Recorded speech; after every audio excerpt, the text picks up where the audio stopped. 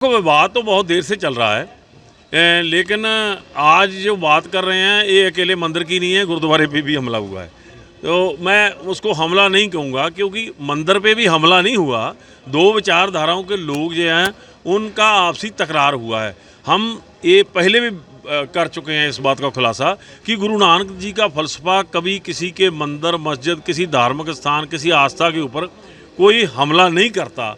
तो हम चाहते हैं कि जैसे देश के प्रधानमंत्री जी ने उस बात के लिए बयान जारी किया है कि मंदिर के ऊपर जहाँ वहाँ के श्रद्धालुओं के ऊपर कोई झगड़ा हुआ है, उस बात के लिए उन्होंने कहा हम चाहेंगे, क्योंकि हम भी इसी देश के वासी हैं, हम चाहेंगे कि जो सिखों के गुरुद्वारे के बाहर भी जो हुल्लड़बाजी हुई है उसके बारे में भी ज़रूर संज्ञान लेना चाहिए, क्योंकि प्रधानमंत्री अकेले एक कम्युनिटी के नहीं है, सभी के हैं। तो हम चाहेंगे, आशा करते हैं और विनती करते हैं दोनों सरकारों से कि इस बात को अब सुलझाने की तरफ किया जाए, जो खटास बनी है दोनों सरकारों के बीच में, क्योंकि इसका असर ना तो हमारे देश में अच्छा पड़ने वाला है इस विवाद को उभरने के बाद में, और ना ही कनाडा में पड़ने वाला है। हम तो देखते हैं कि कनाडा में भी सभी धर्मों के लोग हिंदुस्तान से वहाँ पर गए हुए हैं, उनका आपसी टकराव वहाँ के चाहे देश के कानून के तौर पर भी उन पर इफेक्ट करेगा, और आपसी भाईचारा जो टूटा है वो भी हमारे लिए मतलब अच्छा नहीं होगा।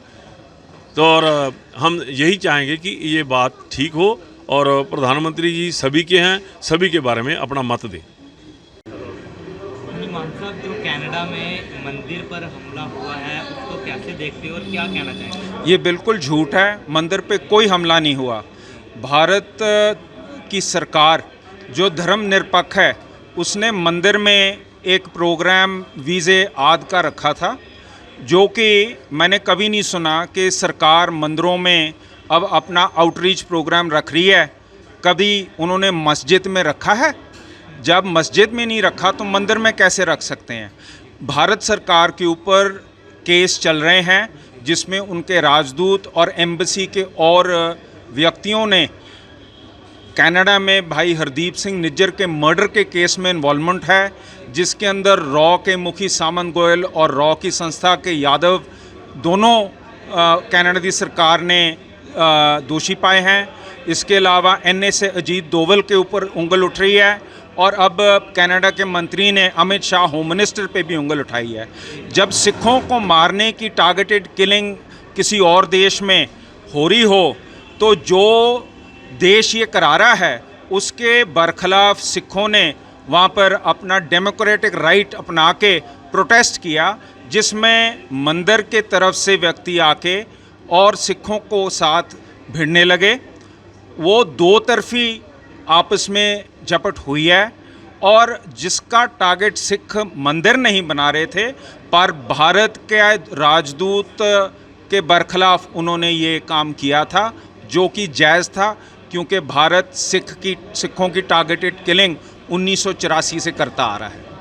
लेकिन जो दुर्गाना कमेटी के अध्यक्ष है लक्ष्मीकांत चावला, उनका कहना है कि जो कनाडा के प्रधानमंत्री है वो खालिस्तानियों को समर्थन करते हैं, इसी कारण मंदिर पे हमला हुआ। जो आज अगर कोई यहाँ पर राम राज्य कहे तो उसके ऊपर कोई केस नहीं है। मैं गुरु ग्रंथ साहब का और गुरु गोबिंद सिंह का उपासक हूँ। गुरु गोबिंद सिंह महाराज ने खालसा पंथ खड़ा किया था। खालसा पंथ के नियमों के अधीन सरबत का भला, मानस की जात सभे है एक पहचान्यो, गरीब का भला। सिख पंथ अगर खालसा रूप में एक खालसा स्थान मांगता है, तो जैसे राम राज्य के कहने पे किसी का दोष नहीं है, वो मैं बड़े फ़ख्र से कहता हूँ, मैं गुरु गोबिंद सिंह का खालिस्तानी हूँ। इस पे किसी की भी बद्दुआ नहीं होनी चाहिए। जब भारत बना था तब भी सिखों को हिस्सा खालिस्तान मांगने का हक था। तो जो अब हम खालिस्तानी अपने आप को समझते हैं, गुरु गोबिंद सिंह के समझते हैं, इसमें कोई गुनाह नहीं है। और मैं ये कहना चाहता हूँ कि हमारी पार्टी ने यहाँ पर भिक्कीवेंट पिंड अमृतसर तरन साहब के नज़दीक है, वहाँ पर मंदिर के मूर्तियाँ लक्ष्मीकांता चावला के हम साथी बादल दल का बिरसा सिंह बुलटोहे ने वो मंदिर की मूर्तियां निकाल के कब्जा कर लिया था। हमने वहाँ पर खड़े होके मूर्तियों के उनके नियम, हिंदुओं के नियम अधीन दूध में धो के वापस रखाए थे। हम किसी धर्म के बरखिलाफ नहीं हैं और ना ही हम किसी मंदिर के बरखिलाफ हैं। हम चाहते हैं सुरक्षा हो सबकी और कोई भी सिख ऐसी सोच नहीं रखता। ये खालसे की सोच है, खालिस्तानी सोच है। तो लक्ष्मीकांता चावला अपना खालसे के साथ, खालिस्तान के साथ नफ़रत का प्रगटावा कर रही है अपने बयान देके।